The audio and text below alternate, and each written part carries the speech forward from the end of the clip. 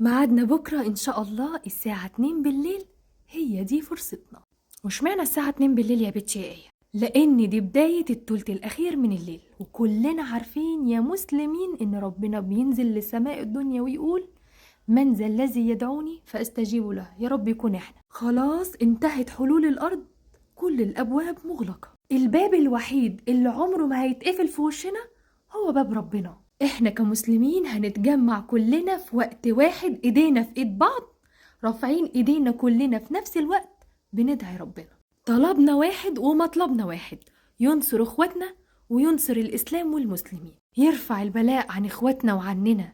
هل اللي بطلبه صعب؟ والله ما صعب، البلاء مش بعيد، ده هم قالوها بلسانهم. احنا هنعمل كده في اي دولة في الشرق الاوسط. بصوا كده بعينيكم اللي بيحصل، احنا لو ملحقناش الدنيا دلوقتي هتبوظ. كنت اتمنى ان المساجد كلها تتفتح، بس طالما ده ما حصلش احنا مش هنقف.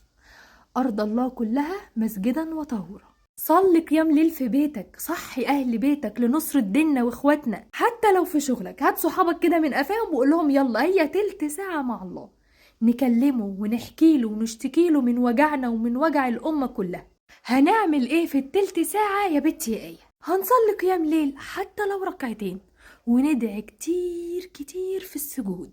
صلينا وبعدين هنصلي على النبي 100 مرة، عشان بالصلاة على النبي تنحل العقد وتنفرج الكرب بأمر الله. صلينا على النبي عليه أفضل الصلاة والسلام، هنقول لا حول ولا قوة إلا بالله العلي العظيم 100 مرة، عشان مهما كانت قوتهم عظيمة قوة الله أعظم، إن شاء الله يخسف بيهم الأرض. وآخر حاجة هنقول حسبنا الله ونعم الوكيل 100 مرة.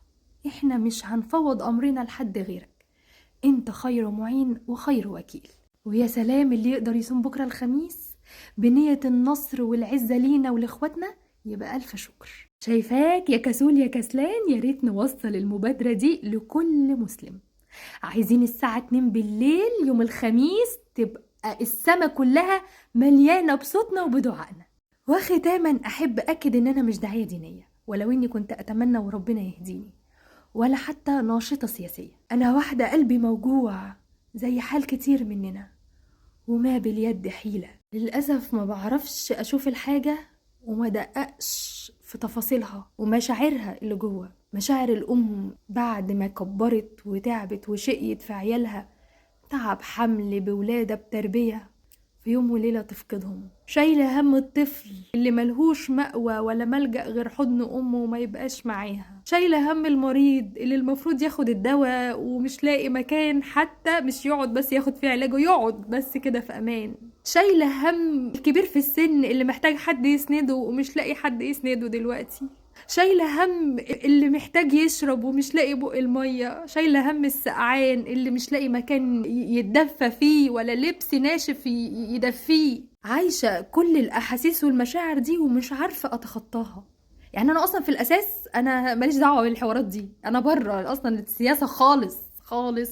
انا اساس محتواي اصلا اللي هو المرأة ومشاكلها، لبس، موضة، فاشون، علاقات اجتماعية وعاطفية، تركات اتعلمتها في يومي، حيلة اتعلمتها في يومي فبقدمها ليكو بطريقة ترفيهية تعليمية شوية. ده كان محتواي وده انا. بس انا ركنت نفسي وهدفي ومحتواي على جنب دلوقتي لنصرة اخواتنا. بتكلم من وجهة نظر تربيتي واحساسي ومشاعري وانسانيتي، عشان محدش يجي يقولي ان انتي تحولتي او انتي لا. فانا ركنت نفسي ومحتوايا وكل حاجة تخصني دلوقتي على جنب، ومركزة في نصرة اخواتنا.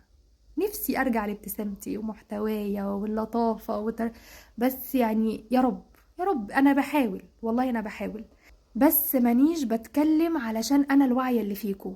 لا لا، انا مش ولا واعية ولا ومخطئة وبدعي ان ربنا يهديني وفيا العبر، بس انا بتكلم باللي بقدر عليه، علشان الوجع اللي انا حاساه ده لو ما عرفتش ان انا اصلح حاجة بالمتابعين الصغيرين اللي عندي، يبقى انا كده يوم القيامة استحق والله العظيم اتجازى واقف قدام ربنا مذنبة، لان انا كان في ايديا حاجة وما عملتهاش.